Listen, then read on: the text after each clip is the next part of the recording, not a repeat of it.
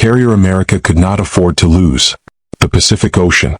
Stretching across more than 60 million square miles, it was a battlefield so vast that entire fleets could disappear beyond the horizon. In 1942, this endless expanse became the stage for one of history's greatest naval conflicts. A war that would determine who controlled the Pacific and, perhaps, the future of the world.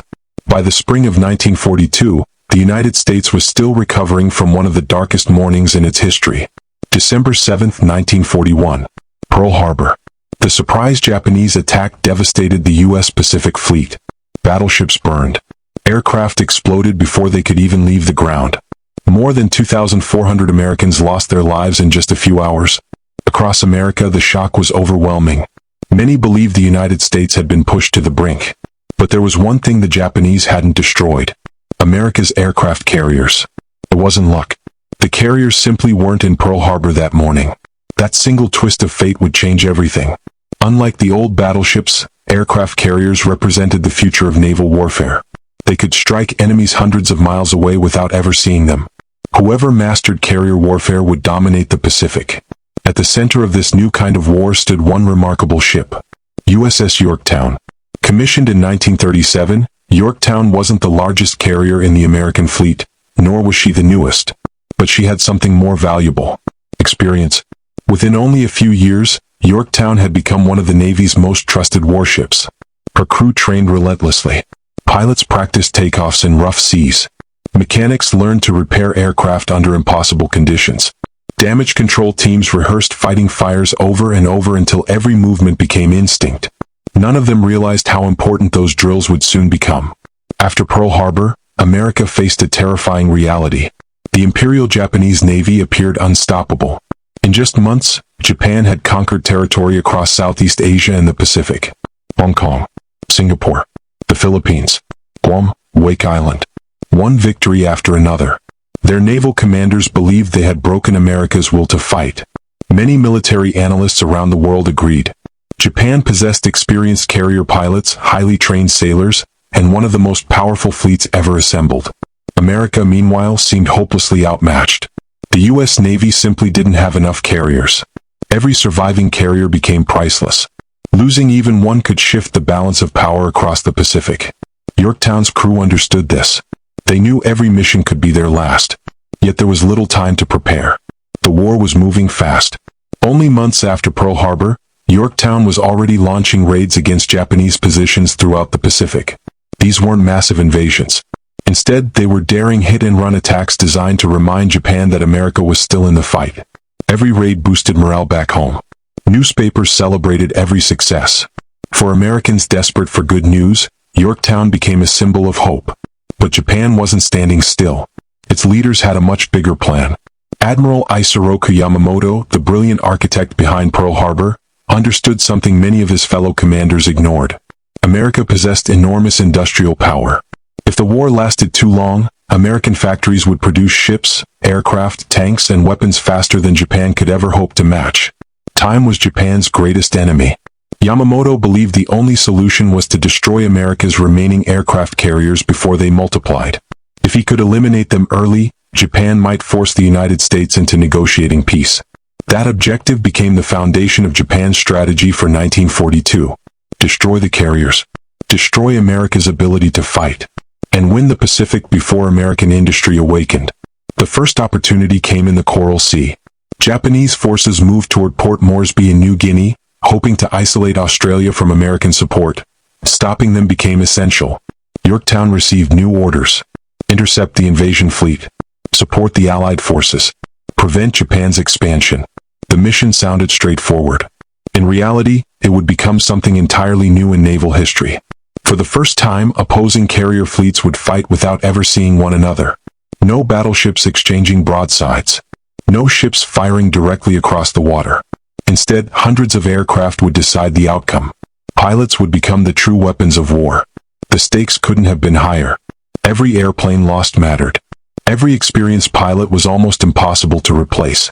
The Japanese still possessed a significant advantage. Their aviators had years of combat experience in China and across the Pacific. Many American pilots were brave, but inexperienced. The coming battle would test them like never before. As Yorktown steamed toward the Coral Sea, Life aboard the carrier followed a relentless rhythm. Before sunrise, mechanics inspected every aircraft. Armorers loaded bombs weighing hundreds of pounds. Machine guns were cleaned. Fuel lines were checked again and again. Pilots studied maps inside cramped briefing rooms. Intelligence officers marked possible enemy locations. Nobody knew exactly where the Japanese fleet was. Somewhere beyond the horizon, another carrier force was searching for them just as intensely. Every hour that passed increased the tension. A single scouting plane could determine who attacked first. And in carrier warfare, striking first often meant surviving. The atmosphere aboard Yorktown changed. Conversations became quieter. Letters home were folded into lockers. Some sailors carried family photographs inside their uniforms. Others prayed silently before beginning another shift. No one wanted to admit it aloud. But everyone understood. Many of them would not survive the coming days. Far above the ocean, reconnaissance aircraft scanned endless blue water. Clouds drifted across the sky, sometimes hiding entire fleets. Visibility changed by the minute. Radio operators listened constantly for reports. The message arrived. Enemy forces had been located. Pilots sprinted toward waiting aircraft. Engines roared to life one after another. The entire flight deck transformed into controlled chaos. Signal officers waved fighters into position. Bombers rolled forward. Propellers blasted hurricane-force winds across the deck. One by one, America's aircraft launched into the sky. The Battle of the Coral Sea had begun. Neither fleet could see the other. Both relied entirely on aircraft flying hundreds of miles over open ocean. Hours later, explosions echoed across the Pacific. Bombs struck ships. Aircraft vanished into smoke. Pilots fought desperate dogfights thousands of feet above the waves. Victory and disaster unfolded simultaneously. Then came the moment that changed everything for Yorktown. Japanese bombers broke through American defenses. Their target? USS Yorktown. Within minutes, devastating explosions ripped through the carrier. Bombs tore into the flight deck. Steel twisted under incredible force. Smoke poured into the sky. Fires erupted below decks. Men disappeared beneath collapsing structures. The mighty carrier shuddered violently as alarms screamed throughout the ship. Many watching believed Yorktown's war had just ended. They were wrong. Because what happened next would become one of the greatest engineering miracles in naval history. A miracle so unbelievable that only weeks later, Japanese commanders would stare in disbelief through their binoculars, wondering how a carrier they believed crippled had somehow returned. Ready for battle. Fire in the Coral Sea. May 7, 1942. Far out in the Coral Sea, somewhere between Australia and the Solomon Islands, two powerful naval forces searched for one another across an ocean so vast it seemed impossible that they would ever meet. But this battle would rewrite the rules of naval warfare. For centuries, great naval victories had depended on massive warships exchanging cannon fire at close range. Now, the ships themselves would never even come within sight of each other. Instead, aircraft would become the eyes, the fists, and the swords of entire fleets. Whoever found the enemy first would likely win. Whoever struck first might survive. Aboard USS Yorktown, the atmosphere was tense but disciplined. The crew had been at battle stations for hours. Pilots waited beside their aircraft. Mechanics made final inspections. Armorers secured bombs beneath the wings of Douglas SPD Dauntless dive bombers. Torpedo crews prepared the lumbering TBD Devastators for launch. Every man understood his role. Months of training had brought them to this moment. Then came the report everyone had been waiting for. Enemy ships sighted. The announcement raced across the carrier. Flight deck crews sprang into action. Engines roared to life. One after another, American aircraft accelerated down Yorktown's wooden flight deck before disappearing into the morning sky. Within minutes, dozens of aircraft were heading toward Japanese forces. But the Americans weren't the only ones searching. Hundreds of miles away, Japanese carriers were launching aircraft of their own. Two strike forces sped toward one another without realizing they had already crossed paths in the sky. It was a deadly game of chance. One mistake in navigation. One incorrect radio report. One cloud hiding an enemy fleet. Any of these could determine the outcome of the battle. Soon, the first explosions shattered the silence of the Pacific. American dive bombers located the Japanese light carrier Shoho. The attack came suddenly. Dauntless bombers folded into steep dives, screaming toward the carrier at nearly 250 miles per hour. Japanese anti-aircraft guns erupted. Black bursts of flak filled the sky. The American pilots held their course. Seconds before impact, bombs separated from their aircraft. Then, direct hits. 1, 2, 3. More bombs slammed into the Japanese carrier. Fuel ignited instantly. Aircraft parked on the flight deck exploded. Torpedoes struck below the waterline. Within minutes, Shoho was engulfed in flames. An American pilot radioed one of the most famous messages of the Pacific War. Scratch one flat top. It was America's first sinking of a Japanese aircraft carrier. For the first time since Pearl Harbor, the United States had proven that Japan's Navy could bleed. But celebrations were short-lived. The main Japanese carrier force remained untouched, and they were preparing to strike back. On May 8th, reconnaissance aircraft finally located the opposing carrier groups. Now both sides knew exactly where the enemy was. The race began. Aircraft launched almost simultaneously from American and Japanese carriers. They passed each other in the sky without realizing it. Some pilots looked down at the endless ocean, completely unaware that the enemy strike force was only a few thousand feet away. Hours later, the battle reached its climax. Japanese aircraft appeared over the American fleet. Radar operators detected them first. Alarms echoed throughout Yorktown. General quarters. Every sailor rushed to his combat station. Fighter pilots climbed rapidly to intercept. Anti-aircraft crews gripped their weapons. The sky soon erupted into chaos. American Wildcats collided with Japanese Zero fighters. Machine guns flashed. Aircraft spiraled toward the sea. Smoke trails crisscrossed the sky. But despite fierce resistance, several Japanese bombers broke through. They dove directly toward Yorktown. Every anti-aircraft gun aboard the carrier opened fire. 5-inch guns. 40mm cannons. Machine guns. The volume of fire was staggering. Shell fragments filled the air.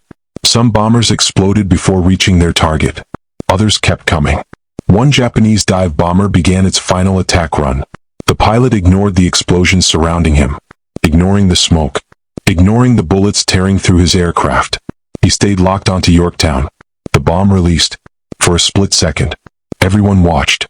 Then, a violent explosion shook the carrier. The bomb crashed through Yorktown's flight deck before detonating deep inside the ship. The blast ripped through compartments below. Steel buckled. Electrical systems failed. Fuel lines ruptured. Shrapnel tore through machinery and men alike. Smoke instantly flooded passageways. The carrier trembled from bow to stern. Almost immediately, another attack followed. More bombs exploded nearby. Near misses sent massive walls of water crashing across the flight deck. Aircraft parked above were tossed violently. Fragments sliced through equipment and exposed sailors. Below decks, fire spread rapidly. Aviation gasoline posed the greatest danger. One spark could ignite thousands of gallons of fuel. Damage control crews knew exactly what was at stake. If the fires reached the fuel storage, Yorktown would disappear in a single catastrophic explosion. Without waiting for orders, repair parties rushed into smoke-filled compartments. Many wore little more than helmets and gas masks. Some entered spaces where temperatures exceeded anything they had experienced during training. Visibility dropped to almost nothing. The only light came from burning electrical cables. Men crawled through twisted steel searching for trapped shipmates. Others dragged heavy fire hoses through narrow passageways. Water pressure fluctuated as damaged pipes burst throughout the ship. Still they fought. Every compartment saved meant the ship had another chance. Another bomb had disabled one of Yorktown's boilers. Steam pressure dropped dramatically. The carrier's speed fell. For an aircraft carrier, speed meant survival. Without enough speed, launching and recovering aircraft became nearly impossible. Engineers descended into machinery spaces despite unbearable heat. Some worked surrounded by steam so hot it caused severe burns within seconds. They refused to abandon their posts. Piece by piece, valve by valve, they restored enough power to keep the engines running. Above them, the battle continued. Japanese aircraft attacked again and again. American gunners fired until gun barrels glowed from heat. Shell casings piled across the deck. The smell of smoke, fuel, and burning paint filled the air. Yet Yorktown refused to die. Against incredible odds, the crew contained the fires. Flooding remained under control. Power slowly returned. Within hours, aircraft were once again landing on the damaged carrier. It was an astonishing achievement. Observers throughout the fleet were amazed. Many had expected Yorktown to be crippled beyond repair. Instead, she remained operational. Barely. The Battle of the Coral Sea ended without a clear tactical victor. Both Both sides had suffered painful losses. The United States lost the carrier Lexington. Japan lost Shoho and suffered heavy damage to the carrier Shokaku. Many of Japan's most experienced pilots never returned from the battle. Strategically, however, the battle marked a turning point. Japan abandoned its planned invasion of Port Moresby. For the first time since the war began, a major Japanese offensive had been stopped. Yet aboard Yorktown, no one felt victorious. The damage was severe. Her flight deck was scarred. Her internal structure had been shaken by powerful explosions. Boilers required major repairs. Electrical wiring had been destroyed. Elevators malfunctioned. Hull plates had been bent by the force of bomb blasts. When Navy engineers conducted their initial inspection, the outlook seemed grim. A complete repair could take months. Some estimated 90 days. Others believed even longer. No one imagined that this battered warship would soon fight again. But events unfolding thousands of miles away would change everything. In Tokyo, Japanese planners believed Yorktown had been effectively removed from the war. Reports suggested the American carrier had suffered crippling damage. Some intelligence officers even believed she had sunk after the battle. Those assumptions would become one of the greatest intelligence failures of the Pacific War. Because while Japan celebrated what it believed was another successful blow against the U.S. Navy, American codebreakers were uncovering a secret. Hidden inside thousands of intercepted Japanese radio messages was the outline of a massive operation.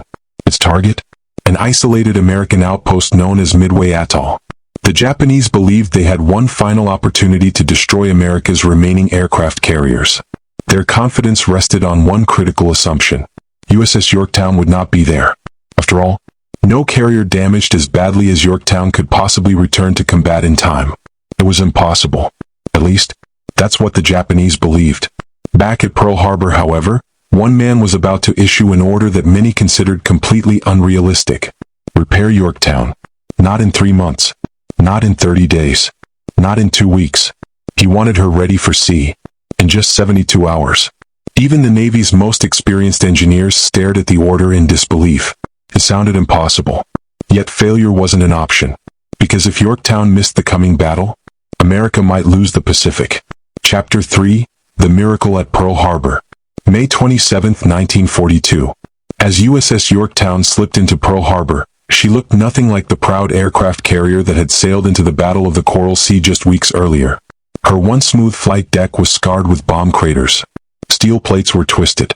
Scorch marks covered entire sections of the ship. Smoke stains stretched across her island superstructure. Below deck, the damage was even worse. Electrical cables had been ripped apart. Bulkheads were buckled. Ventilation systems barely functioned. Boilers needed extensive repairs. Machinery spaces still carried the smell of burned insulation, fuel oil, and smoke. To anyone seeing the ship for the first time, the conclusion seemed obvious. Yorktown was finished. She would require months in dry dock. Perhaps longer. The crew expected as much. After weeks of combat, they finally believed they would receive a chance to rest. Instead, they were greeted by an atmosphere unlike anything they had ever witnessed. Senior officers were already waiting at the pier. No welcoming ceremony. No speeches. No celebration. Only urgency. Waiting among them was one of the Navy's most respected leaders, Admiral Chester W. Nimitz. Every minute mattered. Nimitz had received alarming intelligence from American codebreakers stationed at Pearl Harbor. 4 months, a small team of cryptanalysts had been working around the clock, intercepting and deciphering Japanese naval communications. The work was slow, painstaking. Every coded message required hours of analysis. Every partially translated transmission had to be compared against hundreds of previous intercepts. Most of the information seemed meaningless. Random coordinates, weather reports, fleet movements, supply requests. But hidden inside the growing mountain of intercepted traffic was a pattern. The Japanese kept referring to a mysterious objective identified only as AF. No one knew exactly what AF meant. Some believed it referred to Hawaii. Others suggested Alaska. Several intelligence officers proposed completely different targets. The uncertainty threatened America's ability to prepare. Then one intelligence officer proposed an unusual experiment. Instead of guessing, why not force the Japanese to reveal the answer themselves? Midway Atoll transmitted an uncoded radio message stating that its freshwater distillation plant had broken down and the island was running short of drinking water. The message was intentionally sent without encryption. If the Japanese intercepted it, their own coded reports might reveal whether Midway truly was AF. It worked. Within hours, Japanese communications mentioned that AF is short of water. The mystery was solved. Midway was the target. Suddenly, everything became terrifyingly clear. Japan wasn't planning another isolated raid. It was preparing a massive offensive. Their goal wasn't simply capturing Midway. They intended to lure America's remaining aircraft carriers into battle and destroy them forever. Nimitz immediately understood the danger. America possessed only 3 available fleet carriers in the Pacific: USS Enterprise, USS Hornet, and the heavily damaged Yorktown. Without Yorktown, American forces would be badly outnumbered. The Japanese planned to deploy 4 frontline carriers: Akagi, Kaga, Soryo, Hiryu. These were the same elite carriers that had attacked Pearl Harbor. Their air crews were among the finest in the world. On paper, America's chances looked grim. Every carrier counted, even a damaged one. Nimitz summoned naval engineers to inspect Yorktown. The results were exactly what everyone feared. Repair estimate: approximately 3 months. Some specialists believed 90 days might actually be optimistic. The damage extended throughout the ship. Replacing destroyed wiring alone would take weeks. Repairing boilers would require extensive work. Structural reinforcements needed careful fabrication. It simply couldn't be done quickly. The engineers presented their findings. Nimitz listened quietly. Then he asked a single question.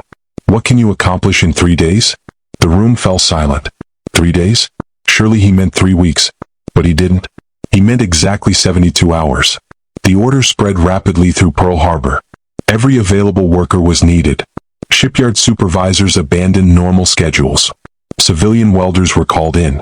Electricians, pipe fitters, steel workers, machinists, riggers, crane operators, carpenters. More than 1,400 workers assembled around Yorktown. Some had worked overnight shifts before receiving the new assignment.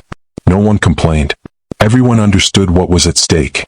If Yorktown failed to sail, thousands of American lives could be lost at Midway. The work began immediately. There was no time for perfection, only combat readiness. Sections of damaged steel were cut away using blazing torches. Replacement plates were hauled into position by cranes. Welders worked in showers of sparks 24 hours a day. Inside the ship, electricians crawled through narrow cable passages, replacing damaged wiring as quickly as possible. Entire teams squeezed into spaces barely large enough for one person. The heat was unbearable. Ventilation systems remained partially disabled. The tropical Hawaiian climate made conditions even worse. Still, no one slowed down. Elsewhere, machinists rebuilt damaged pumps. Engineers repaired steam lines. Broken valves were replaced. Hydraulic systems were restored piece by piece. Some components couldn't be replaced in time. Instead, workers improvised. Temporary repairs. Emergency reinforcements. Anything capable of surviving one more battle. Yorktown's own crew refused to stand aside. After weeks at sea, they could have rested. Instead, sailors worked shoulder to shoulder with civilian laborers. Damage control teams helped remove wreckage. Aviation mechanics repaired aircraft elevators. Engine room crews cleaned machinery while repairs continued around them. There was no distinction between civilian and military.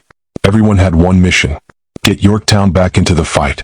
The pace became relentless. Workers slept wherever they could. Some rested only minutes before returning to their stations. Coffee replaced sleep. Floodlights turned night into day.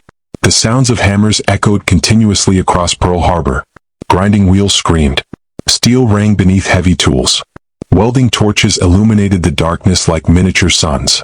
To anyone standing nearby, it appeared as though the entire harbor had become one enormous construction site. Meanwhile, Japanese planners remained completely unaware. Their intelligence officers confidently reported that Yorktown had been crippled in the Coral Sea. Reconnaissance estimates suggested she would require months of repair. Some reports omitted her entirely from calculations of American strength. Japanese commanders now believed they faced only 2 operational American fleet carriers: Enterprise, Hornet. That assumption shaped every aspect of their battle plan. They expected numerical superiority. They expected initiative. They expected victory. Thousands of miles away, America intended to shatter those expectations. As the 72-hour deadline approached, inspectors conducted rapid evaluations throughout Yorktown. Many repairs remained unfinished. Some compartments were still damaged. Certain systems operated only through temporary fixes. She wasn't perfect, far from it. But perfection was never the objective. She could launch aircraft, recover aircraft, maintain combat speed, fight. That was enough. Late on May 30th, Admiral Nimitz returned to inspect the carrier himself. He walked across the repaired flight deck. Fresh steel patches contrasted sharply against older sections. The smell of new paint mixed with hot metal. Many scars remained visible. Yorktown still looked like a wounded fighter. But she was alive. When the final reports reached Nimitz, he made his decision. USS Yorktown would sail. There would be no additional delays. No extended testing. No lengthy sea trials. The battle was approaching too quickly. As workers gathered along the docks, they watched the carrier prepare to leave. Many had poured 3 days and 3 nights of nearly continuous labor into saving her. Some wondered if the repairs would hold. Others silently feared they had just sent friends into another deadly battle. The crew lined the rails. Many recognized workers they had labored beside only hours earlier. There were no grand speeches. No triumphant music. Only respectful waves exchanged between exhausted Americans who understood they had accomplished something extraordinary together. Only respectful waves exchanged between exhausted Americans who understood they had accomplished something extraordinary together.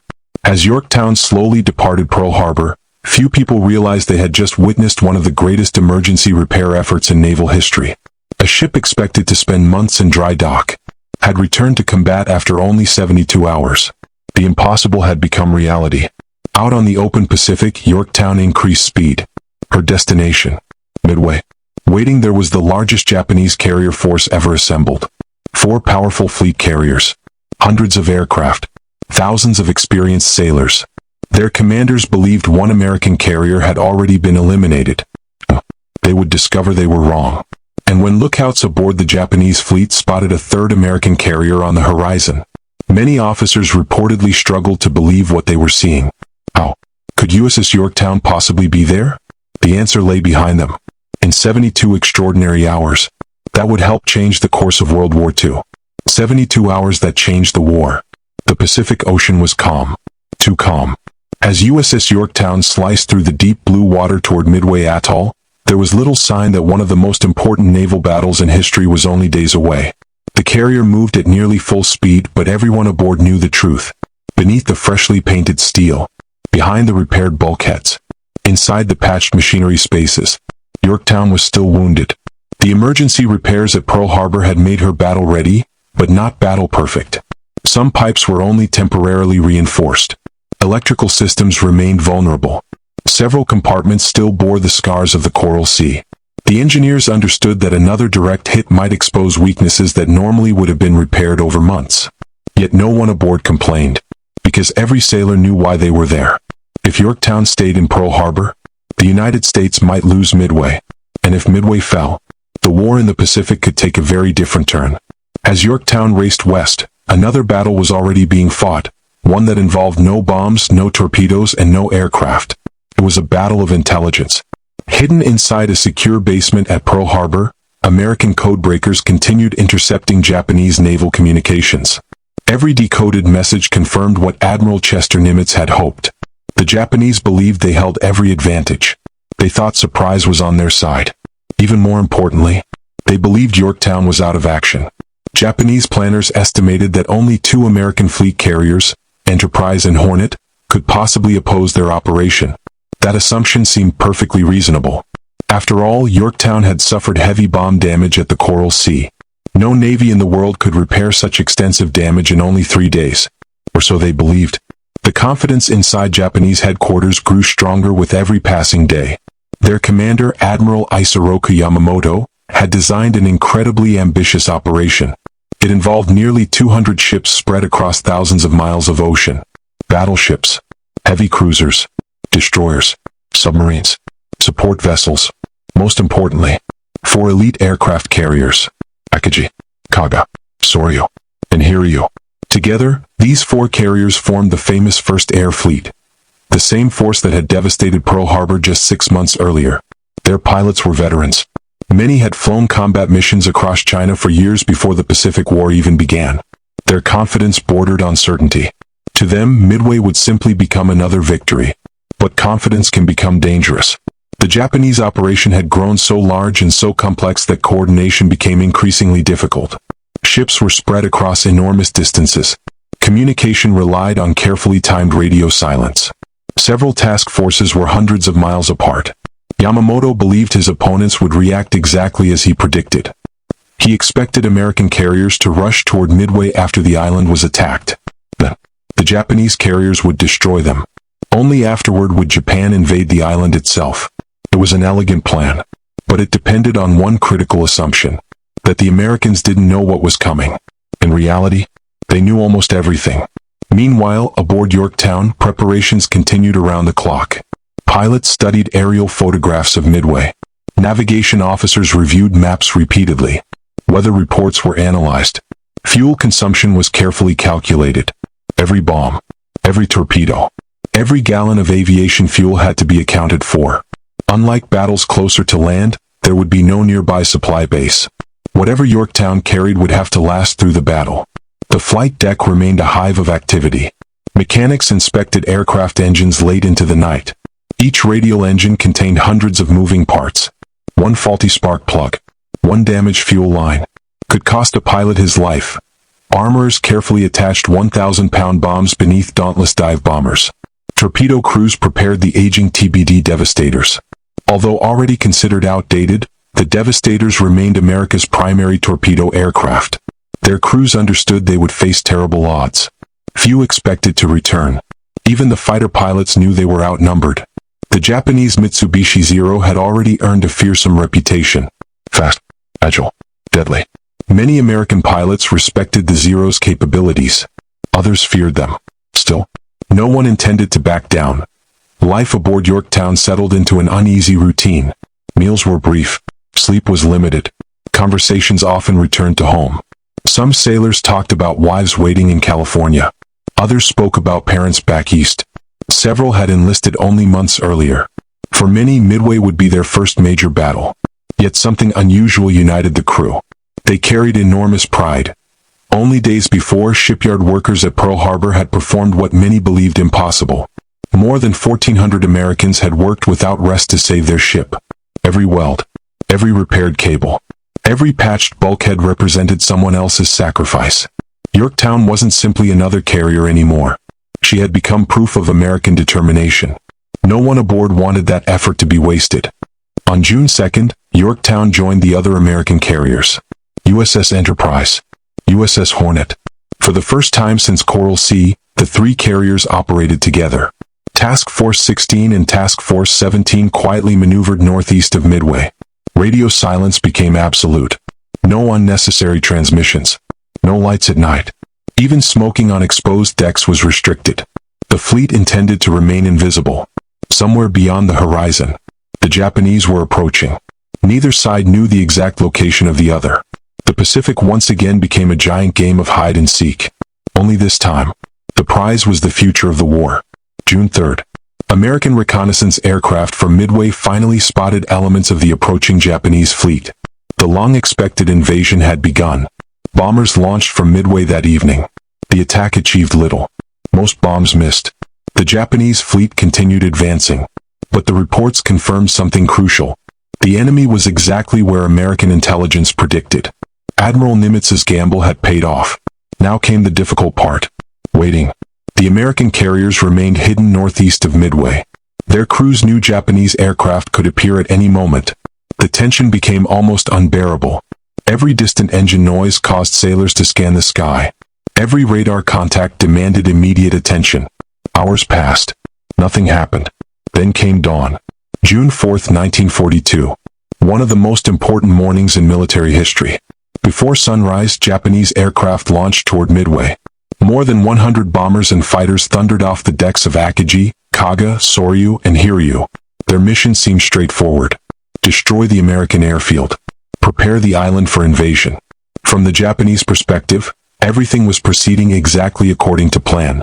They still had no idea American carriers were nearby. Even worse, they still believed Yorktown was sitting helplessly inside Pearl Harbor. Back aboard Yorktown, radar operators detected the growing activity. Reports from Midway confirmed Japanese aircraft were attacking the island. Smoke rose over the tiny atoll as American defenders fought desperately. But Midway's defenders had another purpose. Every minute they resisted, every Japanese aircraft forced to attack the island, bought precious time for the American carriers. Time to locate the enemy. Time to launch. Time to strike first. But everything changed. An American patrol aircraft finally located the Japanese carrier force. The message reached Admiral Frank Jack Fletcher aboard Yorktown. It was brief, precise, but its meaning was enormous. Many enemy planes heading Midway from 320 degrees. Moments later came another report. The Japanese carriers had been found. The opportunity everyone had been waiting for had finally arrived. Orders spread across Yorktown. Launch all available aircraft. Pilots sprinted toward their waiting planes. Ground crews removed wheel chocks. Propellers roared to life. The flight deck erupted into organized chaos. Dauntless dive bombers rolled forward. Wildcat fighters prepared for escort. Devastator torpedo bombers lined up behind them. Every pilot understood the importance of the next few hours. Some quietly wrote final notes before climbing into their cockpits. Others adjusted Lucky Charms tucked inside flight jackets. Many exchanged silent nods with fellow airmen. Words weren't necessary. They all understood the odds. Far away, aboard the Japanese flagship Akagi, Vice Admiral Chuchi Nagumo stood on the bridge reviewing reports. His officers believed they controlled the battle. American resistance at Midway seemed stronger than expected, but not alarming. Then a scout plane radioed an unexpected message. It had sighted American ships. At first, the report seemed incomplete. No carrier was mentioned. Nagumo hesitated. Should he prepare another strike against Midway? Or rearm his reserve aircraft with anti-ship weapons? Minutes passed. Conflicting reports continued arriving. Finally, the message everyone feared appeared. An American carrier had been identified. Then another correction followed. Not one carrier. Multiple carriers. Nagumo stared at the report. Something didn't make sense. Japanese intelligence had estimated only 2 operational American carriers. Yet the reports suggested otherwise. Could they be mistaken? Was one ship being counted twice? Or had the impossible happened? Somewhere beyond the horizon, USS Yorktown was coming. A carrier Japan believed could not possibly exist on the battlefield. Within the next few hours, Japanese lookouts would see her aircraft overhead. Their commanders would realize the devastating truth. America hadn't brought 2 carriers to Midway. It had brought 3, and one of them was the very ship they believed had been crippled beyond repair. That single surprise would help change the course of the battle, and the course of World War II. The Japanese commander's greatest surprise. June 4, 1942. The sun had barely climbed above the Pacific when the first phase of the Battle of Midway was already unfolding. Japanese aircraft had struck Midway Island with tremendous force. Bombs ripped through runways. Fuel storage tanks erupted into flames. Buildings collapsed under explosions. Columns of black smoke rose thousands of feet into the air. Yet despite the destruction, the attack failed to accomplish its most important objective. Midway was still fighting. American anti-aircraft batteries continued firing. Aircraft that had survived the initial bombing launched into the sky, determined to attack the approaching Japanese fleet, even if it meant certain death. For Admiral Chuchi Nagumo, commanding Japan's carrier strike force, the situation had become more complicated than expected. His first wave commander radioed back a troubling message. Midway is not neutralized. Another attack would be necessary. Nagumo immediately faced one of the most difficult decisions of his career. His reserve aircraft had originally been armed with torpedoes, ready to attack any American ships that might appear. Believing no U.S. carriers were nearby, he ordered many of those aircraft rearmed with land bombs for a second strike against Midway. It was a logical decision, based on the information he had at the time. But war has a cruel habit of punishing even reasonable decisions. As bombs and torpedoes were being swapped inside the carrier hangars, new reconnaissance reports began arriving. An American naval force had been sighted. At first, the reports were incomplete. Then came another message. One of the enemy ships appeared to be an aircraft carrier. Nagumo froze. Only moments earlier, his crews had been replacing torpedoes with bombs. Now he needed torpedoes again. Another order echoed through the carriers. Stop the rearming. Reverse the process. Prepare for a naval engagement. Inside the hangar decks of Akagi, Kaga, Soryu, and Hiryu, organized efficiency turned into frantic urgency. Bomb carts rolled in every direction. Armorers struggled to move heavy ordnances through crowded spaces. Fuel hoses snaked across the decks. Aircraft stood wingtip to wingtip. Many were fully fueled. Others carried live bombs. Some still waited for torpedoes. The hangars had unknowingly become enormous floating ammunition depots. One spark, one explosion, could trigger catastrophe. But Nagumo still believed he had time. He didn't. More than 150 miles away, American carrier aircraft were racing toward the Japanese fleet. The strike force wasn't perfectly organized. Some squadrons became separated. Others struggled to locate the enemy. Fuel calculations grew increasingly dangerous. Pilots scanned the endless ocean below, wondering if they had missed their chance. Among them were the crews of the aging TBD Devastator torpedo bombers. Even before Midway, many pilots knew their aircraft were obsolete. The Devastator was slower than the Japanese Zero, less maneuverable, poorly armed. Its torpedoes also had a troubling reputation for mechanical failures. Yet these crews accepted their mission without hesitation. Their orders were simple. Attack the enemy carriers, no matter the cost. The first torpedo squadron descended toward the Japanese fleet. Immediately, Japanese lookouts sounded the alarm. Zeros climbed rapidly to intercept. Within minutes, the sky erupted into violence. The Devastators had no fighter cover. They flew low and slow across the water. Perfect targets. Japanese fighters swept through them with devastating efficiency. Machine gun fire tore through aluminum fuselages. Aircraft burst into flames. Some exploded instantly. Others plunged into the sea. Pilots never had the chance to release their torpedoes. Still, they kept coming. Wave after wave. Squadron after squadron. The attacks achieved almost no direct damage. Not a single torpedo struck its target. By the end of the assault, nearly every Devastator had been destroyed. Entire squadrons ceased to exist. One famous unit, Torpedo Squadron 8 from USS Hornet, lost 15 of its 15 aircraft. Only one man survived. Ensign George Gay. Floating alone in the Pacific, surrounded by burning wreckage, he watched the battle continue from the water. To many observers, the torpedo attacks appeared to be a complete disaster. In terms of immediate results, they were. But history would reveal something different. Those brave crews accomplished something far more important than they could have imagined. To attack the torpedo bombers, Japanese Zero fighters had descended to sea level. Instead of protecting the skies above the carriers, they were now chasing American aircraft just above the waves. At the same time, Japanese carrier decks remained crowded with fueled aircraft, bombs, and torpedoes still being rearranged after Nagumo's changing orders. The fleet was dangerously exposed. Yet almost no one realized it. Then, high above the clouds, another group of American aircraft arrived. The SBD Dauntless dive bombers. Unlike the torpedo bombers below, the Dauntless squadrons approached from high altitude. For several tense minutes, they searched desperately for the Japanese fleet. Fuel gauges crept toward empty. Some pilots feared they would have to turn back. Then Lieutenant Commander Wade McCluskey noticed something unusual. Far below, a lone Japanese destroyer was racing across the ocean at full speed. The destroyer, Arisher, had been chasing the American submarine Nautilus before hurrying back to rejoin the carrier force. McCluskey made an instant decision. If the destroyer was returning to the fleet, follow it. It was a gamble. One that would change history. Minutes later, the clouds opened. There they were. 4 Japanese aircraft carriers. Completely exposed. From above, the carriers looked almost peaceful. Aircraft lined the flight decks. Fuel crews continued working. Bombs and torpedoes remained scattered throughout the hangars. Few Japanese sailors looked upward.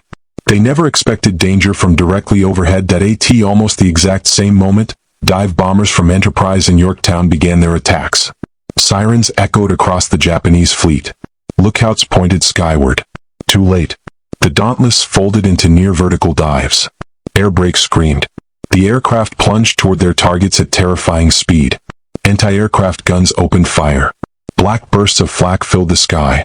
The American pilots held their dives. 6,000 feet. 5,000. 4,000. Closer. Closer still. Bomb release. One after another. 1,000-pound bombs dropped toward the carriers. Kago was hit first. A bomb smashed into her crowded flight deck. Another exploded inside the hangar. Fuel ignited instantly. Within seconds, the carrier became an inferno. Aircraft exploded one after another. Secondary explosions shook the ship. Flames spread beyond control. Almost simultaneously, Akagi, Admiral Nagumo's flagship, suffered a devastating hit. Only one bomb struck the carrier, but it landed in exactly the wrong place. It exploded among armed and fueled aircraft preparing for launch. The resulting chain reaction transformed the pride of the Imperial Japanese Navy into a burning wreck. Nagumo barely escaped the bridge. His flagship was dying beneath his feet. Then came Soryu. Yorktown's dive bombers descended with deadly precision. Bomb after bomb crashed through the flight deck. Explosions erupted below. Fire raced through the hangars. Smoke poured thousands of feet into the air. Within minutes, 3 of Japan's 4 frontline carriers were fatally wounded. The entire balance of the Pacific War shifted in less than 6 minutes. 6 minutes. That was all it took. Shock spread throughout the Japanese fleet. Officers struggled to comprehend what had just happened. The First Air Fleet, the force that had conquered the Pacific and attacked Pearl Harbor, was collapsing before their eyes. Even more astonishing, reports confirmed that the Americans had launched aircraft from not 2, but 3 aircraft carriers. Yorktown. The name spread quickly among Japanese commanders. Impossible. Only weeks earlier, intelligence reports had described her as heavily damaged at the Coral Sea. Some officers believed she had sunk. Others believed she remained under repair in Pearl Harbor. Yet now, her dive bombers had helped destroy Soryu. The carrier they had dismissed as finished had returned to battle. No one aboard the Japanese ships could explain how. Later, several Japanese survivors would recall their disbelief upon learning Yorktown was present at Midway. The impossible had become reality. America had achieved what Japan never believed possible. But the battle wasn't over. One carrier still remained. Hiryu. Unlike her sister ships, Hiryu had escaped the initial American attack. Her commander acted immediately. He still possessed operational aircraft, and he intended to use every one of them. His target? USS Yorktown. The carrier Japan believed should never have been at Midway in the first place. Within the next few hours, Yorktown would once again find herself under relentless attack, and her crew would face the greatest test of courage in the ship's history. Yorktown's final fight. The destruction of Akagi, Kaga, and Soryu should have been the end of the battle. 3 of Japan's 4 fleet carriers were burning. Thick columns of black smoke climbed thousands of feet into the sky, visible from miles away. For a brief moment, it seemed as though victory had arrived. But far beyond the smoke, one carrier still remained. Hiryu. Unlike her sister ships, Hiryu had escaped the devastating American dive bomber attack. Hidden by distance and timing, she was untouched, fully operational, and commanded by Rear Admiral Taman Yamaguchi, one of Japan's most capable naval leaders. Yamaguchi understood the situation immediately. If he hesitated, Hiryu would be the next carrier destroyed. There was only one option. Strike back. And strike fast. The order echoed across Hiryu's flight deck. Launch all available aircraft. Mechanics removed wheel chocks. Propellers roared to life. Pilots climbed into their cockpits with practiced calm, despite knowing that 3 of Japan's proudest carriers were already doomed. Their mission was simple. Find the American carriers. Destroy them. Restore the balance of the battle. Within minutes, 18 dive bombers escorted by 0 fighters climbed into the morning sky. They headed east across the Pacific, searching for the American fleet. Aboard USS Yorktown, the mood was surprisingly optimistic. Reports from returning pilots confirmed extraordinary success. 3 Japanese carriers had been devastated. Crew members allowed themselves cautious smiles. Some believed the battle had already been won. But radar operators knew better. Shortly after noon, a new contact appeared. Multiple aircraft, approaching rapidly. The warning spread instantly. Enemy aircraft inbound. General quarters sounded once again. Every sailor rushed back to his battle station. The celebration was over. Yorktown's fighter director officers scrambled Wildcat fighters to intercept the incoming raid. American pilots climbed toward the approaching Japanese formation. High above the fleet, another fierce aerial battle erupted. Machine guns flashed. Aircraft twisted through the sky. Several Japanese bombers were shot down before reaching the fleet. But enough survived. They pressed forward through anti-aircraft fire with remarkable determination. The first dive bombers broke formation. One after another, they rolled into steep attack dives. Yorktown became their target. The carrier's anti-aircraft guns erupted. 5-inch guns fired timed explosive shells into the sky. 1.1-inch guns hammered continuously.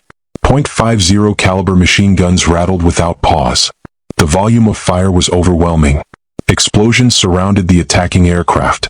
Some bombers burst apart before releasing their weapons. Others continued diving straight toward the carrier. The Japanese pilots had no intention of turning away. One bomber released its bomb at the last possible second. The weapon struck Yorktown near the center of the flight deck. A violent explosion ripped through the ship. Steel buckled instantly. The blast tore a massive hole through the wooden flight deck and detonated inside the hangar below. Aircraft parked beneath were thrown into the air. Fuel lines ruptured. Fire spread almost immediately. Seconds later, a second bomb exploded near the forward elevator. Another struck close to the island structure. Smoke swallowed much of the flight deck. The entire carrier shuddered violently. Men were thrown from their feet. Fragments of steel and wood rained across the deck. Below deck, the situation became desperate. Power failed in several compartments. Electrical cables sparked wildly. Telephone lines were cut. Smoke filled passageways. Some sailors found themselves trapped behind collapsed bulkheads. Damage control parties rushed forward. The training they had repeated countless times before the war now became the difference between survival and destruction. Fire hoses snaked through narrow corridors. Emergency pumps roared to life. Repair teams sealed flooded compartments before water could spread throughout the ship. Despite the chaos, there was no panic. Only relentless determination. Every man knew exactly what he had to do. Engine room crews worked in temperatures that climbed well above 120 degrees Fahrenheit. Steam leaked from damaged pipes. The air became nearly impossible to breathe. Still they refused to abandon their stations. Electricians restored damaged circuits. Machinists restarted disabled equipment.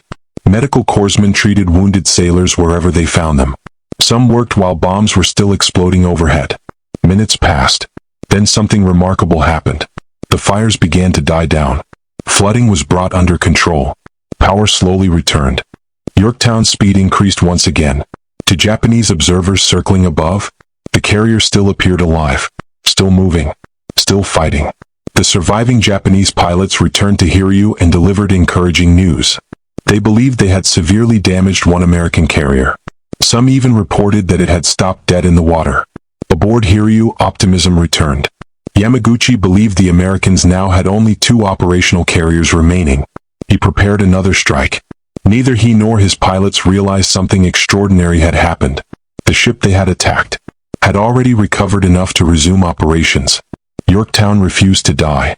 Shortly afterward, American lookouts spotted aircraft landing and taking off from Hiryu. The message reached Admiral Fletcher. One Japanese carrier remained operational. It had to be destroyed. But before American aircraft could attack, another Japanese strike was already on its way. This time, torpedo bombers. The Nakajima B-5 and Kate torpedo bombers approached at low altitude, skimming just above the ocean surface. Escorted by more Zero fighters, they flew directly toward Yorktown. Again, radar provided precious warning. Wildcats intercepted. Several Japanese aircraft splashed into the sea. Others fought through the defenses. The surviving torpedo bombers divided into attack groups. They approached from opposite sides. It was a classic pincer attack. If Yorktown turned to avoid torpedoes on one side, she would expose herself to those on the other. Captain Elliot Buckmaster understood the danger instantly. He ordered hard turns, attempting to throw off the enemy's aim. For a few tense moments, it seemed the maneuver might succeed. Several torpedoes missed. The 2 struck home. The first slammed into Yorktown's port side with tremendous force. The second exploded only moments later. The carrier lurched violently. Water rushed through the torn hull. Boiler rooms flooded almost instantly. Electrical generators failed. The engines stopped. The ship lost power.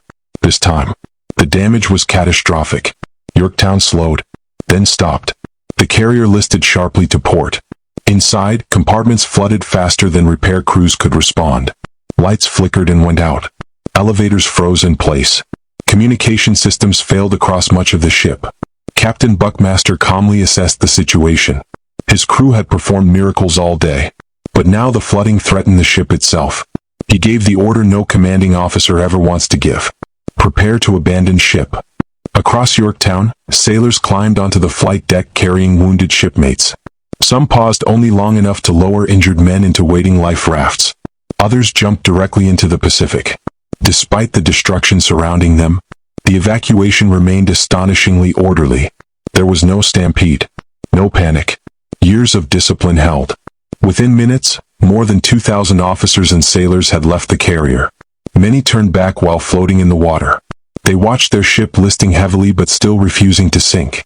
Far away, Japanese pilots returned once again to Hiryu. They confidently reported that they had finally destroyed the American carrier.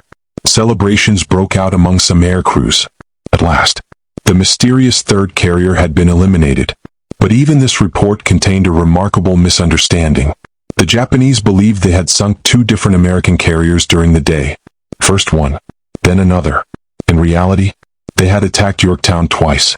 After the first attack, the crew's extraordinary damage control efforts restored the carrier so quickly that Japanese pilots mistook her for an entirely different ship. The same battered carrier had fooled them into believing America possessed an additional fleet carrier. It was one of the greatest tributes imaginable to the skill and courage of Yorktown's crew. As evening approached, American scout aircraft finally located Hiryu. Now the roles were reversed. The hunter had become the hunted. Dive bombers from Enterprise raced toward the lone surviving Japanese carrier. At approximately 5 o'clock in the afternoon, they attacked. Bomb after bomb crashed into Hiryu. Flames erupted across her flight deck. Explosions spread through her hangars. Within minutes, the 4th and final Japanese fleet carrier at Midway was mortally wounded. The force that had attacked Pearl Harbor only 6 months earlier had ceased to exist as an effective fighting unit. The tide of the Pacific War had turned. But for USS Yorktown, the story was not yet over. She still floated, badly damaged, abandoned by most of her crew, waiting silently on the open Pacific. In the days ahead, the Navy would make one final attempt to save her. Yet beneath the waves, a new enemy was already closing in. A Japanese submarine, patiently searching for one last opportunity to strike the last blow. By the evening of June 4, 1942, the Battle of Midway had already changed history. 4 of Japan's elite aircraft carriers had been fatally damaged. Hundreds of experienced Japanese naval aviators were dead or missing. For the first time since the attack on Pearl Harbor, the Imperial Japanese Navy had suffered a catastrophic defeat. Yet drifting alone on the vast Pacific Ocean, USS Yorktown refused to surrender. She was battered. She was flooded. She had lost power. But she was still afloat. From a distance, she looked like a wounded giant leaning heavily to one side, scarred by bombs and torpedoes, surrounded by an oil slick that stretched across the sea. Many sailors who had abandoned the ship expected never to see her again.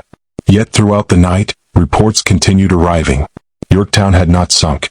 She remained afloat. That single fact amazed everyone. At dawn on June 5th, American destroyers cautiously approached the damaged carrier.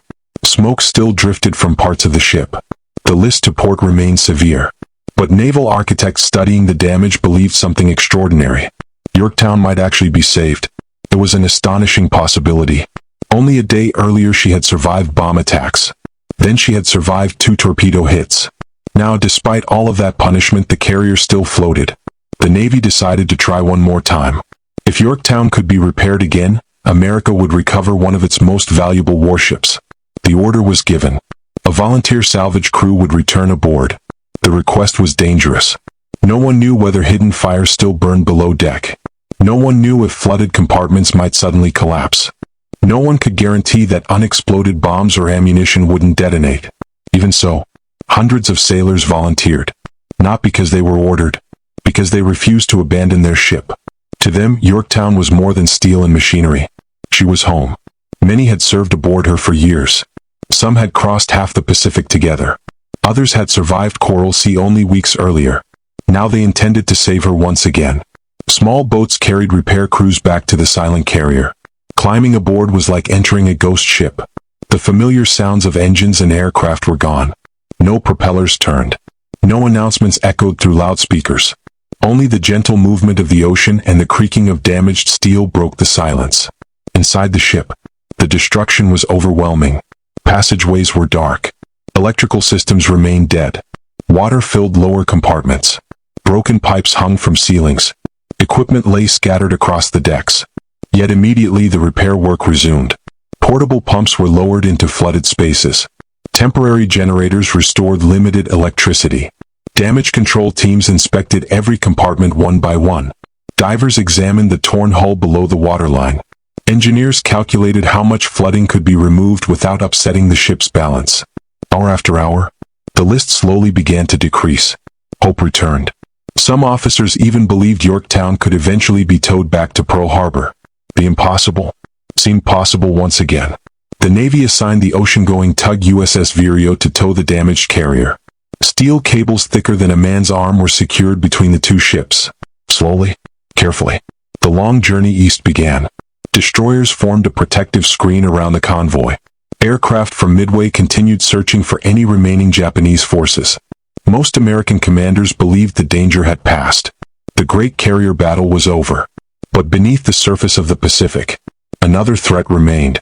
The Japanese submarine I-168 had survived the battle. Its commander understood that although Japan had lost the carrier engagement, opportunity still existed. If a damaged American warship could be found, one final successful attack might restore a measure of honor.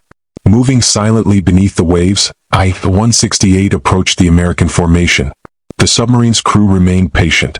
Destroyers searched constantly. Sonar pulses swept through the water. Depth charges waited on racks. One mistake would mean destruction. Yet somehow, I-168 slipped through the American screen. It was a remarkable feat of seamanship. Using careful timing and the distraction created by the salvage operation, the submarine reached firing position almost unnoticed. On the morning of June 6th, lookouts aboard the escorting destroyers suddenly spotted something alarming. A submarine periscope. Warnings spread instantly.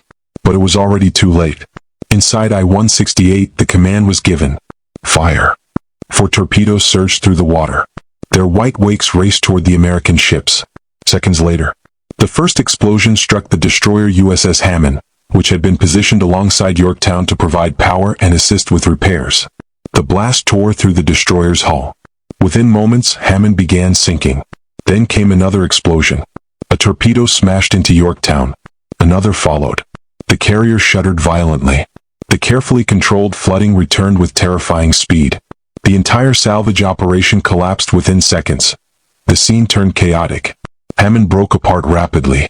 Sailors jumped into oil-covered water. Life rafts filled with survivors. Then tragedy struck once more. As the destroyer sank beneath the surface, her depth charges exploded underwater. Massive underwater blasts erupted unexpectedly. The explosions killed many sailors already struggling in the water nearby. It was one of the battle's most heartbreaking moments. Rescue ships rushed forward despite the continuing submarine threat. Men pulled exhausted survivors from the sea. Many were covered in fuel oil. Others suffered burns, broken bones, or severe injuries. Still, hundreds were saved. Yorktown, however, had received fatal wounds. The additional torpedo hits reopened damaged compartments and overwhelmed the temporary repairs. Water spread throughout the ship. The list increased hour by hour. Engineers realized there was nothing more they could do. The order came.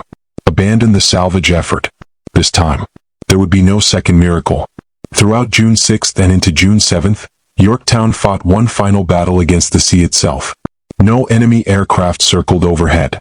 No guns fired. Only gravity and flooding slowly claimed the wounded carrier. She remained stubbornly afloat far longer than anyone expected. Her remarkable design, and the incredible work of her crew, continued to delay the inevitable. Finally, in the early morning hours of June 7, 1942, the Pacific claimed her. The great carrier rolled slowly onto her port side. Her bow dipped beneath the surface. Water rushed across the flight deck that had launched hundreds of aircraft into battle. The stern rose briefly toward the sky. The USS Yorktown disappeared beneath the waves. The ocean closed above her. She was gone. For the sailors who watched from nearby ships, it was an emotional moment. Many removed their hats. Others stood silently at attention. Some openly wept. They were not simply watching steel sink beneath the sea. They were saying goodbye to a ship that had carried them through some of the darkest days of the war. A ship that had survived Coral Sea. A ship repaired in only 72 hours. A ship that returned when the enemy believed it impossible. And a ship whose presence at Midway helped change the course of history. Ironically, although Yorktown was lost, her mission had been completely fulfilled. She had drawn Japanese attacks away from Enterprise and Hornet. She had launched aircraft that helped destroy Soryu. Her extraordinary damage control efforts confused Japanese pilots into believing they had attacked multiple American carriers. Most importantly, she had helped secure the American victory at Midway, a victory that would permanently shift the balance of naval power in the Pacific. Japan could build new ships, but replacing experienced carrier pilots proved nearly impossible. Many of the elite aviators lost at Midway had trained for years. Their knowledge, their skill, their combat experience, all disappeared beneath the Pacific with the carriers they served. The Imperial Japanese Navy would never fully recover. Meanwhile, American shipyards were already launching new carriers at an astonishing pace. Factories worked day and night. Thousands of workers assembled ships faster than anyone had imagined before the war. The industrial strength Admiral Yamamoto had feared was finally awakening, and there was no stopping it. But perhaps the greatest symbol of that strength was not a brand new carrier. It was an old one. A carrier that had no business returning to battle. A carrier repaired in just 72 hours. A carrier that proved determination, teamwork, and ingenuity could overcome impossible odds. That carrier was USS Yorktown. The legacy of the 72-hour miracle. When the waters of the Pacific finally closed over USS Yorktown on June 7, 1942, the United States Navy lost one of its finest aircraft carriers. But in many ways, that wasn't the end of Yorktown's story. It was the beginning of her legend. Because long after the battle ended, military historians, engineers, naval officers, and even former enemies would continue asking the same question. How did a carrier that should have spent months in dry dock return to combat in just 72 hours? And how did that single achievement help change the course of World War II? To understand Yorktown's legacy, you have to remember the situation facing the United States in the spring of 1942. America was not yet the industrial superpower many people imagine today. It would become that, but not yet. The nation was still recovering from the shock of Pearl Harbor. Its Pacific fleet had been badly damaged. Aircraft carriers were painfully scarce. Every operational carrier represented a significant percentage of America's naval striking power. Losing one wasn't simply a tactical setback. It was a strategic crisis. When Yorktown limped back to Pearl Harbor after the Battle of the Coral Sea, naval engineers estimated that full repairs would require nearly 3 months. That estimate wasn't unreasonable. It was based on experience. Bomb damage had torn through the flight deck. Structural steel required replacement. Electrical systems had been destroyed. Boilers needed major repairs. Large sections of the ship required extensive reconstruction. Under normal circumstances, no one would have questioned the estimate. But war rarely allows for normal circumstances. Admiral Chester W. Nimitz understood something that couldn't be measured with blueprints or engineering manuals. Time. He knew Japanese forces were already moving toward Midway. He knew the battle would arrive long before 90 days had passed. He also knew that if America entered that battle with only 2 fleet carriers instead of 3, the odds became far more dangerous. His famous question, "What can you do in 3 days?" wasn't simply about repairing a ship. It was about changing the outcome of a war. The answer came from thousands of ordinary Americans.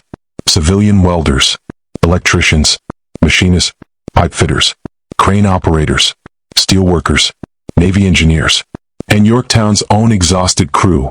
Together, they demonstrated something that would become one of America's greatest strengths during World War II. When faced with an impossible deadline, they didn't ask whether it could be done. They asked where to begin. The 72-hour repair became far more than a remarkable engineering achievement. It became a symbol of adaptability, of determination, of teamwork. Every patched steel plate represented hours of relentless labor. Every repaired cable reflected someone's refusal to quit. The repairs weren't beautiful.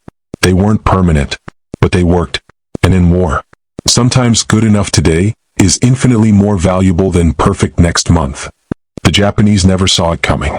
Throughout the planning for Midway, Japanese intelligence confidently concluded that Yorktown would not participate.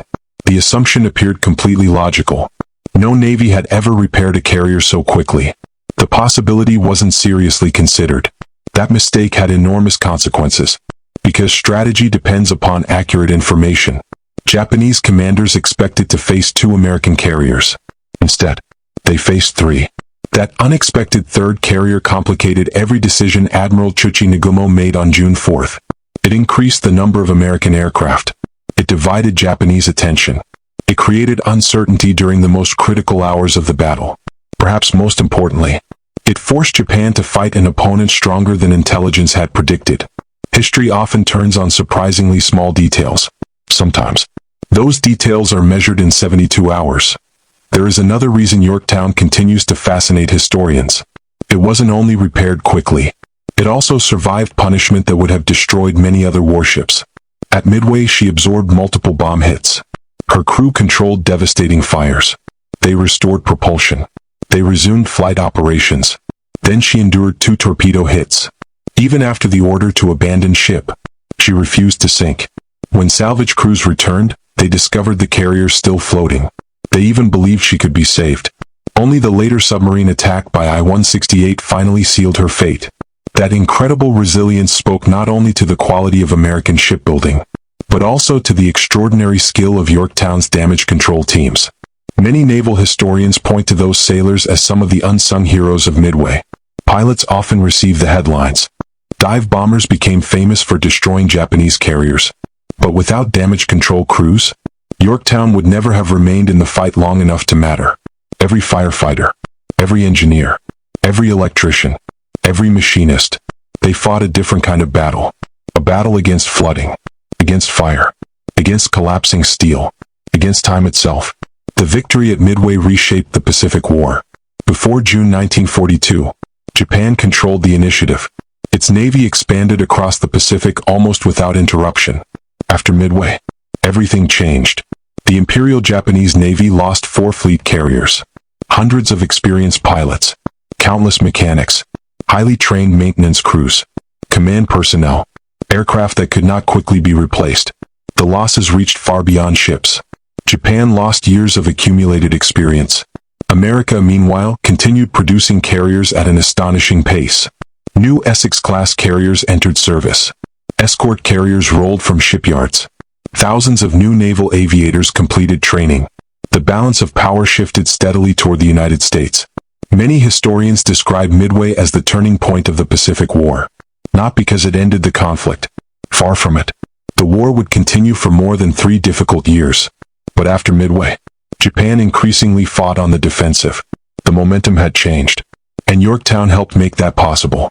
Today, more than 80 years later, the story still inspires naval officers around the world. Military academies study Yorktown's damage control efforts. Engineering schools analyze the emergency repairs at Pearl Harbor. Leadership courses examine Admiral Nimitz's decision-making under immense pressure. The lesson reaches far beyond military history. Preparation matters. Training matters. Leadership matters. But perhaps most importantly, people matter. Without skilled workers, without determined sailors, without leaders willing to accept calculated risks, the 72-hour miracle would never have happened. In 1998, another chapter of Yorktown's story quietly emerged from the darkness. An expedition led by the legendary ocean explorer Dr. Robert Ballard, the same explorer who discovered the wreck of RMS Titanic, located the wreck of USS Yorktown nearly 3 miles beneath the surface of the Pacific. She rested upright, remarkably well preserved by the cold, deep water. Aircraft still rested inside parts of the hangar deck. Anti-aircraft guns remained in place. Her hull bore the unmistakable scars of Midway. It was as though time itself had paused. The discovery reminded the world that Yorktown was more than a historical footnote. She remained a silent witness to one of history's greatest naval battles. Today, visitors can also experience the legacy of the name Yorktown through the USS Yorktown, CV-10, an Essex-class aircraft carrier commissioned in 1943 to honor the lost ship.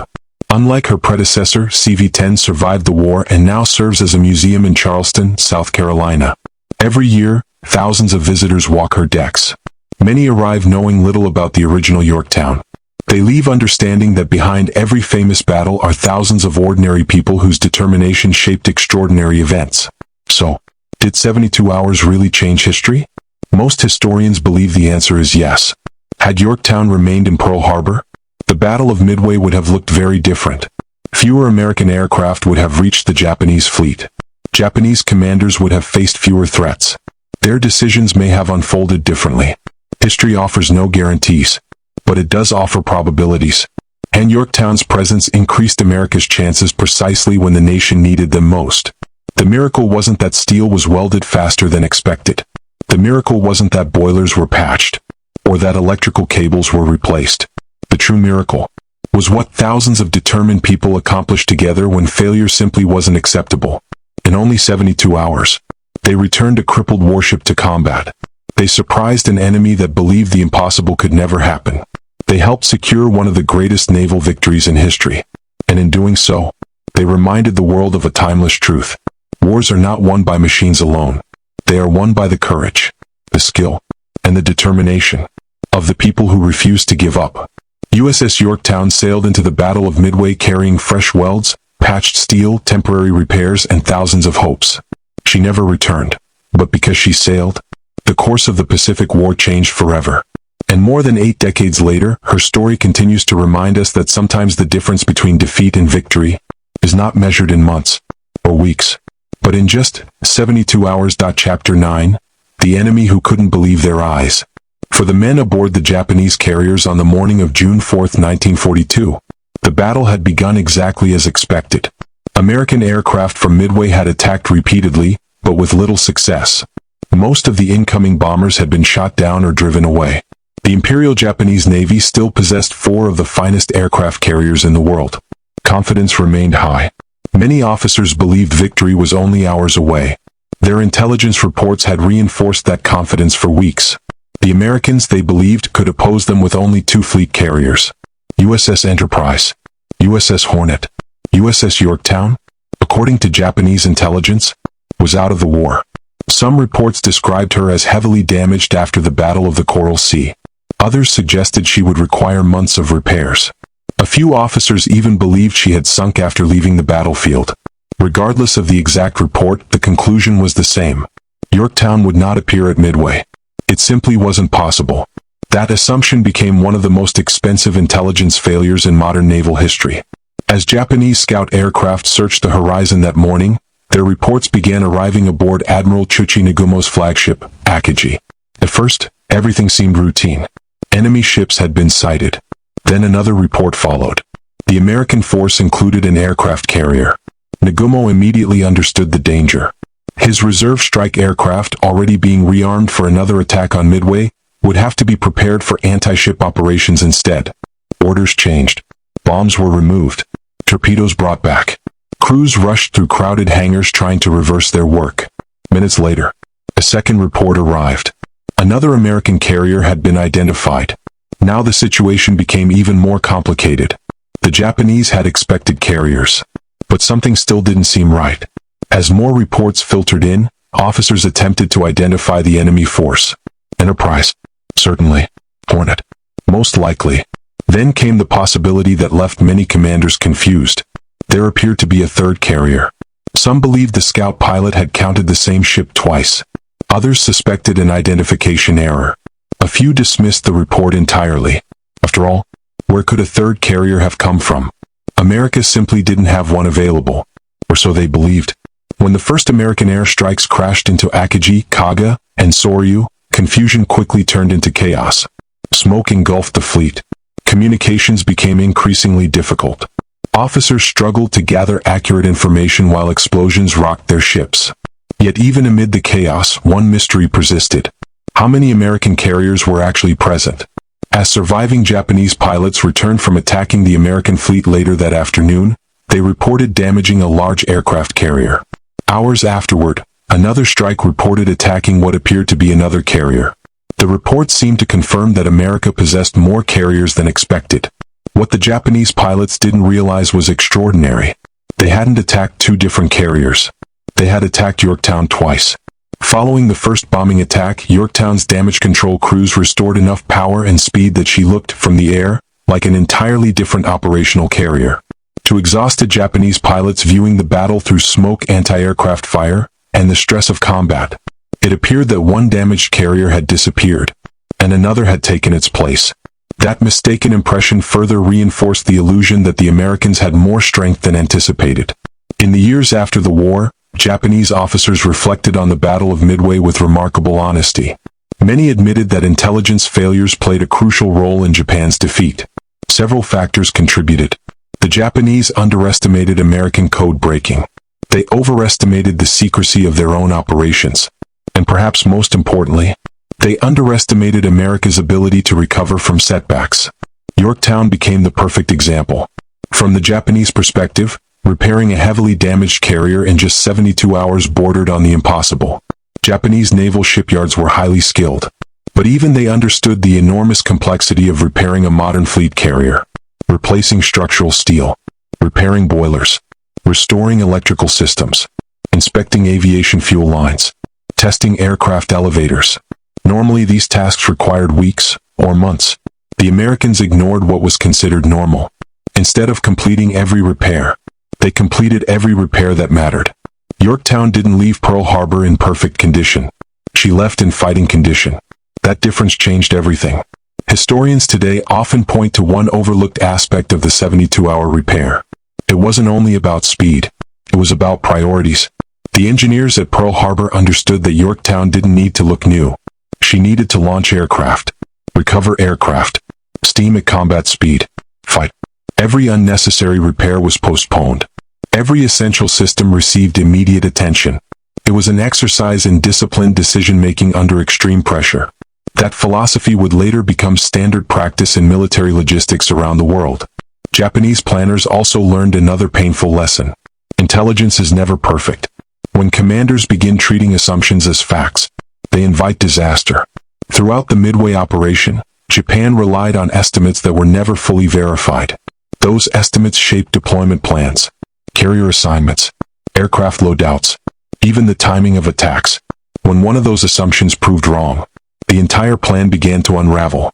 Yorktown's unexpected appearance wasn't the only reason Japan lost Midway, but it was one of several surprises that compounded into catastrophe. War rarely turns on a single event.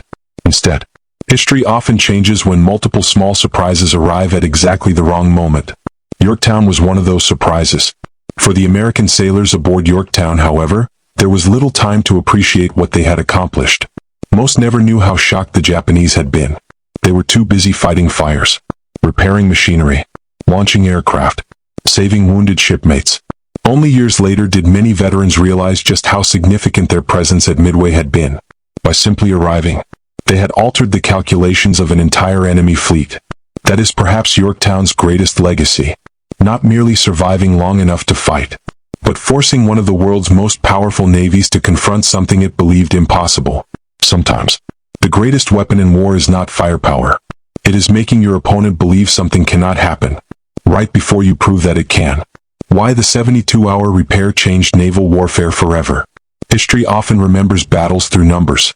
How many ships were sunk? How many aircraft were destroyed?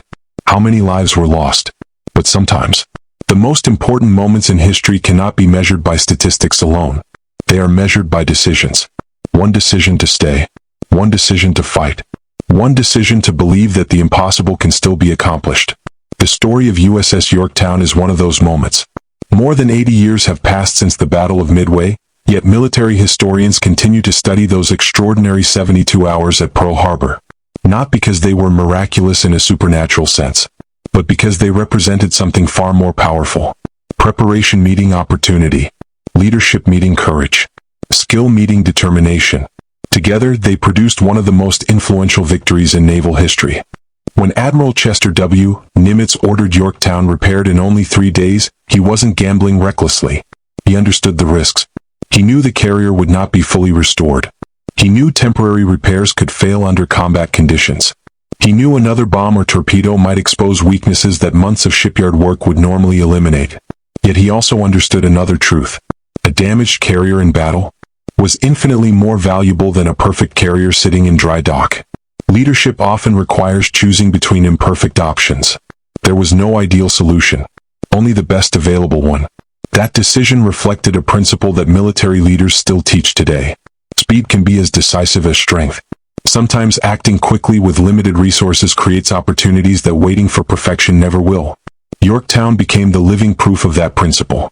The 72-hour repair also highlighted something uniquely American during World War II. The ability of civilians and the military to work as one team. At Pearl Harbor, welders worked beside sailors.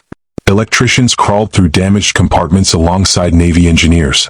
Crane operators, pipe fitters, machinists, and shipyard supervisors all focused on a single objective. No one cared who wore a uniform. No one asked whose job a task belonged to. Everyone simply worked. That partnership became one of America's greatest strategic advantages throughout the war. Factories in Detroit built tanks. Shipyards in Virginia launched aircraft carriers. Steel mills in Pennsylvania produced armor plate. Women entered factories in unprecedented numbers. Farmers increased food production. Railroads moved enormous quantities of equipment across the continent. Millions of individual efforts combined into one unstoppable force. Yorktown's 72-hour repair became an early symbol of that national mobilization. The Battle of Midway also permanently changed naval warfare. Before World War II, many naval officers around the world still believed that battleships would remain the kings of the sea. Massive guns, heavy armor, direct engagements. Midway shattered that belief. Aircraft carriers had become the dominant weapon. The ships themselves rarely fired at one another. Instead, aircraft operating hundreds of miles away decided the outcome. The era of carrier warfare had fully arrived. Every major navy took notice. The lessons learned at Midway influenced naval strategy for decades. Even today, modern aircraft carriers remain among the most powerful symbols of military strength. Technology has changed dramatically. Jet aircraft have replaced propeller-driven bombers. Guided missiles have replaced unguided bombs. Satellites now provide reconnaissance once performed by scout planes. Yet the core lesson remains remarkably similar. Control the skies. Project power over long distances. Protect your carriers. Because carriers remain strategic assets unlike almost any other warship. Yorktown also transformed the way navies approach damage control. During the early years of the war, many commanders focused primarily on offensive firepower. Midway demonstrated that survival depended just as much on what happened after a ship was hit. Damage control training became even more rigorous. Firefighting procedures improved. Flood control systems evolved. Compartmentalization received greater emphasis in ship design. Modern naval vessels still dedicate enormous resources to damage control training. Every sailor learns that saving the ship is everyone's responsibility. That philosophy traces part of its heritage to ships like Yorktown. Her crew proved that discipline under pressure could keep even a heavily damaged warship alive long enough to complete its mission. The battle also exposed the critical importance of intelligence. Neither side possessed perfect information, but one side possessed better information. American codebreakers gave Admiral Nimitz the advantage of preparation. Knowing where Japan intended to strike allowed him to position his limited carrier force exactly where it needed to be. Without that intelligence, Yorktown's repair might never have mattered. The carrier could have arrived too late, or searched the wrong section of ocean. Midway reminded military planners everywhere that information could become as valuable as battleships or aircraft. Today, intelligence, surveillance, reconnaissance, cyber capabilities, and satellite monitoring all reflect the same principle. Winning often begins long before the first shot is fired. For Japan, Midway became a lesson in overconfidence. The Imperial Japanese Navy entered the battle believing its elite carrier force was nearly invincible. Its pilots had achieved victory after victory. Its commanders trusted their experience. Its intelligence estimates appeared reliable. But confidence gradually became certainty. And certainty left little room for questioning assumptions. The belief that Yorktown could not possibly return to battle became one of those assumptions. History repeatedly reminds us that wars are often decided not only by strength, but by adaptability. The side that learns faster usually wins. At Midway, America adapted. Japan struggled to do the same. Perhaps the most remarkable aspect of Yorktown's story is that it isn't really about a ship. Ships are built. Ships serve. Eventually, ships are lost. What endures are the people. The welders who worked through the night. The electricians who repaired shattered wiring. The firefighters who battled flames below deck. The pilots who climbed into aircraft knowing the odds. The mechanics who prepared airplanes while bombs exploded nearby. The doctors and corpsmen who treated the wounded without pause. The sailors who returned to a damaged carrier after everyone believed she was finished. Each played a role. None acted alone. Together they accomplished something history still remembers. Today, visitors walking the decks of the museum carrier USS Yorktown, CV-10, in Charleston, South Carolina, often hear stories about the original Yorktown. Children look up at towering aircraft. Veterans pause quietly near memorials. Families photograph the massive flight deck stretching toward the harbor. Many arrive expecting to see a warship. They leave understanding something much deeper. The ship represents resilience. The name represents sacrifice. The story represents what determined people can achieve under impossible circumstances. Although CV-10 is a different vessel, she carries forward the memory of the original Yorktown and the crew whose actions helped shape history.